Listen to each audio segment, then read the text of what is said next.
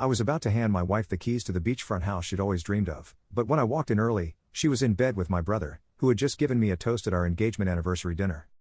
I'm holding the keys to a $2.3 million beachfront house in my sweaty palm, about to surprise the woman I've loved for 8 years, and I can hear my brother's voice through our bedroom door telling her how beautiful she looks when she comes.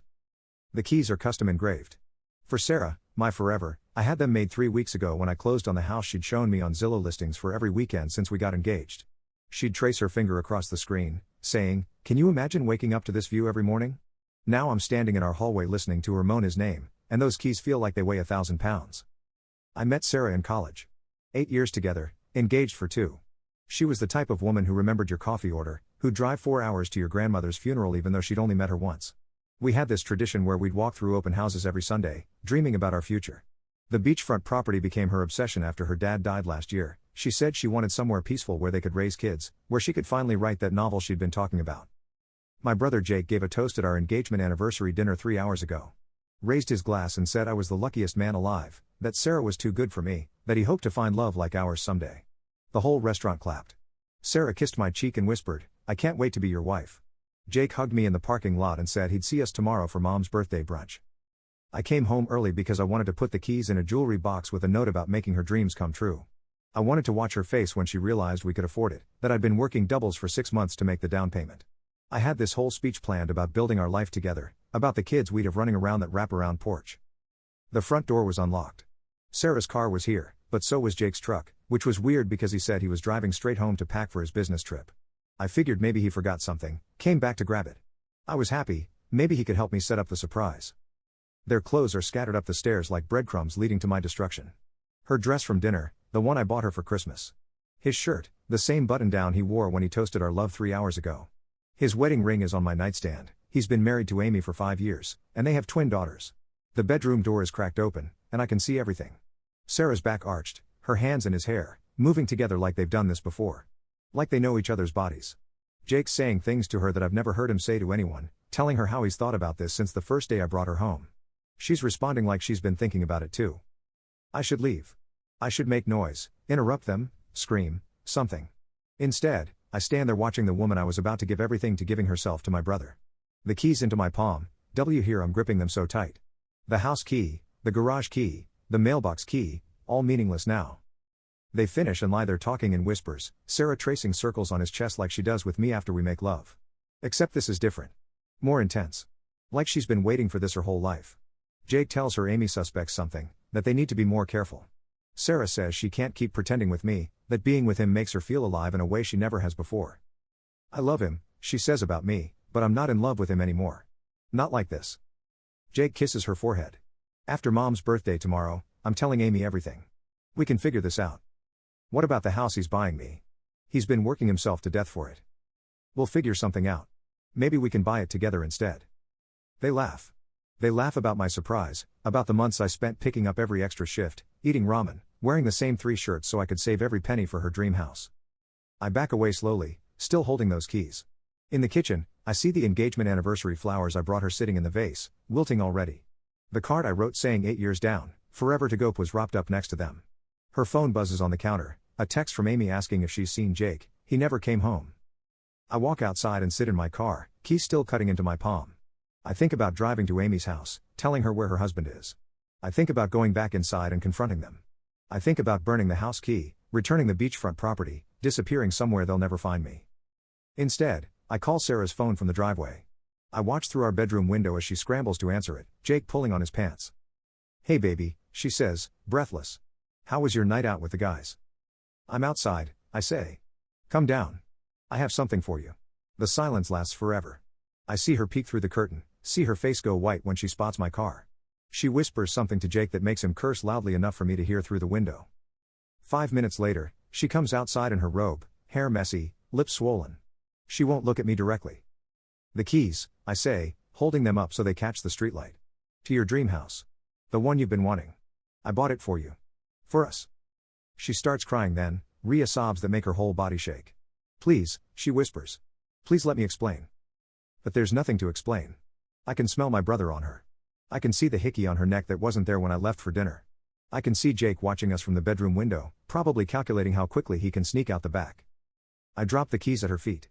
They make a small clinking sound against the concrete, like coins in a wishing well that never grants wishes.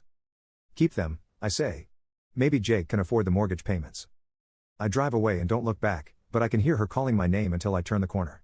Tomorrow is my mother's birthday brunch. Jake will be there. Sarah will be there. Amy will be there with her twin daughters, who call me Uncle Danny. And I'll have to sit at that table knowing that everything I thought I knew about my life was a lie.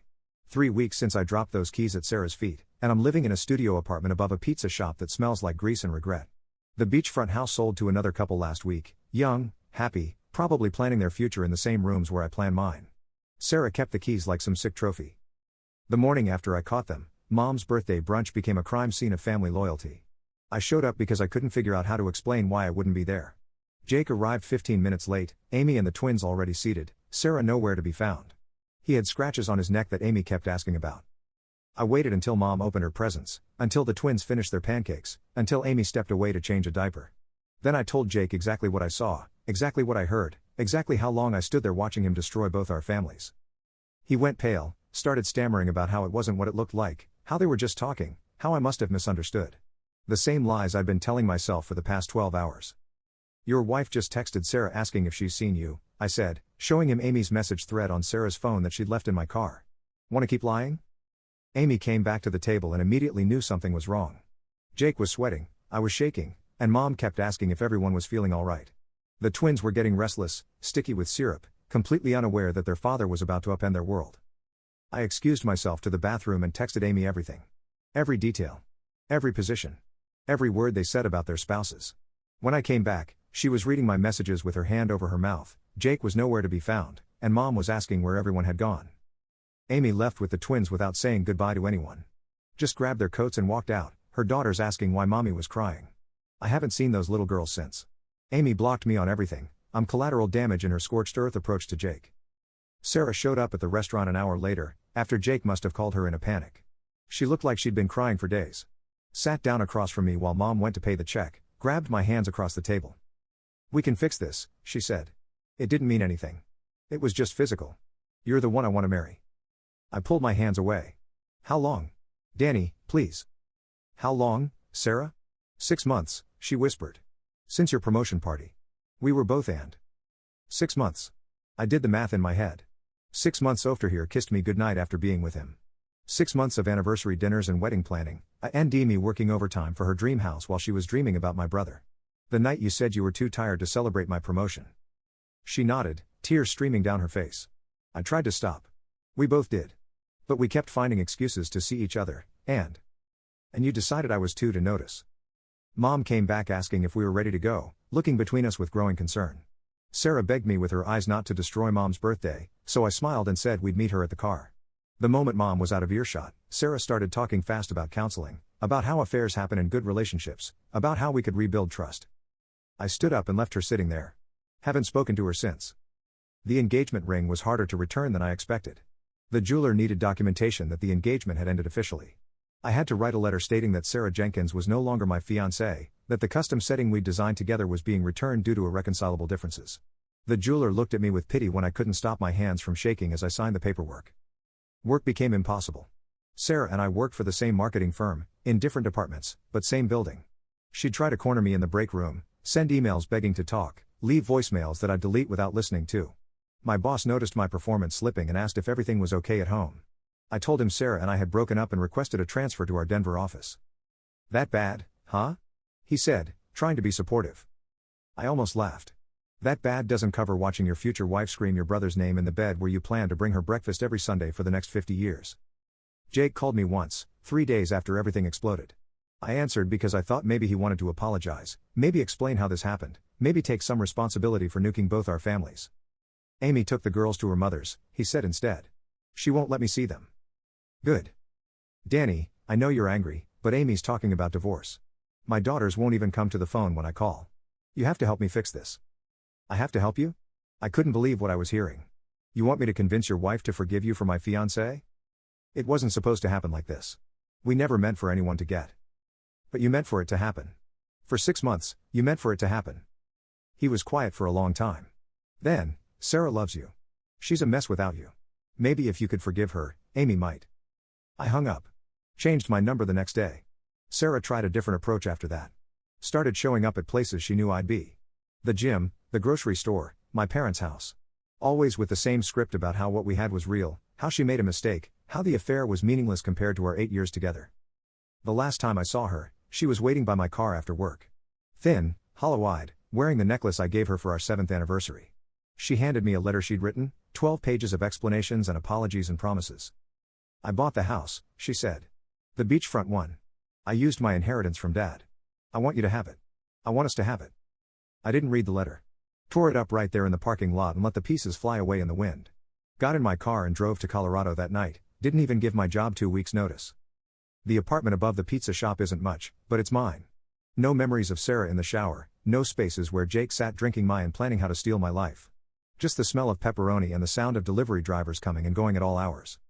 Sometimes I wonder if Amy ever told the twins why Daddy doesn't live with them anymore, if they ask about Uncle Danny, who used to bring them Halloween costumes and birthday presents. I wonder if they know their father chose a few hours of pleasure over their bedtime stories and Saturday morning cartoons. But mostly I try not to think about any of it. Because thinking leads to remembering, and remembering leads to that moment when I realized that the 2 people I trusted most in the world had been laughing at me for half a year.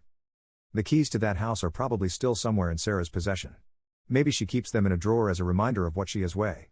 Maybe she threw them in the ocean, like I should have thrown away my faith in people who claim to love me.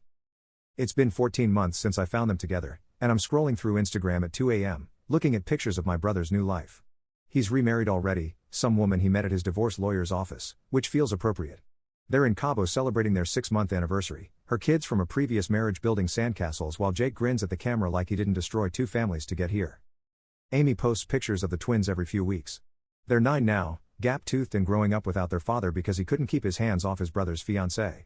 In the recent photos, they're helping Amy paint their new apartment, wearing oversized t-shirts splattered with yellow paint, smiling the way kids do when they don't fully understand why their world got smaller, but they're adapting anyway. I'm not in any of their lives anymore. Amy blocked me everywhere after I told her about Jake and Sarah, guilty by association, I guess. Can't say I blame her. Every time she looked at me, she probably saw his face. The pizza shop owner offered to let me manage the place after the previous manager quit. It's not glamorous work, but I'm good at it. I know every regular customer's order, and can spot the difference between a college kid who'll tip well and one who'll throw up in the bathroom. Simple problems with simple solutions. Nobody here knows about Sarah or Jake or the house or any of it. I found out Sarah moved to Portland through a mutual friend who didn't know we'd broken up. She's working at a nonprofit now, helping homeless veterans find housing. The irony isn't lost on me, she's finding homes for other people after destroying our own. The friend said she looks different, quieter, like something fundamental shifted in her. She sent me a Christmas card last year. Not to my new address, but to my parents' house, knowing Mom would forward it. Just a simple card with a handwritten note. I think about the keys every day. I'm sorry doesn't cover it, but I am. I hope you're building something beautiful wherever you are. I threw it away without reading it twice. Mom asks about Sarah sometimes, carefully, like she's defusing a bomb. She loved Sarah, was already calling her daughter-in-law, and had started planning our wedding in her head. When I told her what happened, she sat in her kitchen for 20 minutes without saying anything, just staring at the engagement photo on her refrigerator. I don't understand, she finally said. Sarah adored you. And Jake. She trailed off, probably realizing that understanding it wouldn't change it. She took the photo down that day. Hasn't mentioned either of them since, except to tell me that Amy's mother called asking if I knew when Jake would start paying child support consistently. His new wife has expensive tastes. I dated someone briefly last fall, a teacher named Michelle who came into the pizza shop every Thursday after her night classes. Sweet woman, patient with my obvious damage, never pushed when I deflected questions about my past. But when she started talking about meeting my family, about weekend trips to see her parents, I panicked and ended it. The trust is just gone. Not just in romantic relationships, but in everything. I question every kindness, analyze every interaction for hidden motives. When the pizza shop owner's daughter helped me fix the register last month, I spent 3 days wondering what she wanted from me. I ran into one of our old friends at a gas station 6 months ago. Marcus, who used to host game nights where Sarah would bring homemade cookies and Jake would always bring the good. He looked uncomfortable when he saw me, like he knew something I didn't want to know. Hey man, he said, glancing around like he was checking for witnesses. Good to see you. How've you been? Fine. You? Good, good. Listen, I wanted to say. About what happened with Sarah and Jake. That was up, man. Like, up. I nodded and started walking toward my car, but he kept talking.